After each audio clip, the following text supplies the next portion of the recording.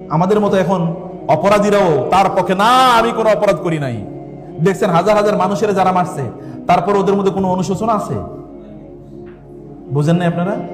এই যে হাজার হাজার মানুষের মারলো, ওরা কোনো অনুশোচনা করছে না আমাদেরকে মাফ করে দেন, বরং বলে না আমরা আগে যা ছিলাম আমরাই ভালো ছিলাম, আমরাই ভালো ছিলাম, ইয়া আপা কাম রেস্কিউ আস, আপা আসেন আমাদেরকে বাঁচান। কোন অনুশোচনা আছে এদের মধ্যে? কোন অনুশোচনা নেই। কিন্তু এই ভাইদের মধ্যে অনুশোচনা ছিল।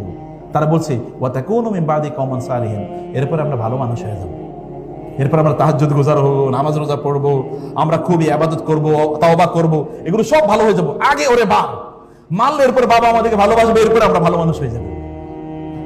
দেখছেন কি সুন্দর ইয়ে নিয়ে তারা একটা প্রেমিস, একটা আর্গুমেন্ট এবং কিছু রিজনিং, অর্থাৎ তাদের পক্ষে সুন্দর একটা যুক্তি তারা উপস্থাপন করছে। আচ্ছা একটা খারাপ কাজ করি, আমরা তো এরকম খারাপ কাজ করি, আচ্ছা ঠিক আছে এরপরে ভালো হয়ে যাবো, একটা খারাপ কাজ করি।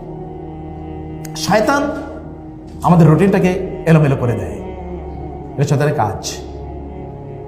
শয়তান রুটিনটাকে এলোমেলো করে দেয়, আপনি আর তখন ঠিক মতো চলতে পারবেন না, কোনো কিছু ঠিক মতো হবে না, না নামাজ, না কোরআন, না ইবাদত, না অন্যান্য কার্যকলাপ, না বাচ্চাদেরকে সময় দেয়া, না স্ত্রীকে সময় দেয়া, না বাবা মাকে সময় দেয়া, কোনোটাই আপনার ঠিক মতো হবে না।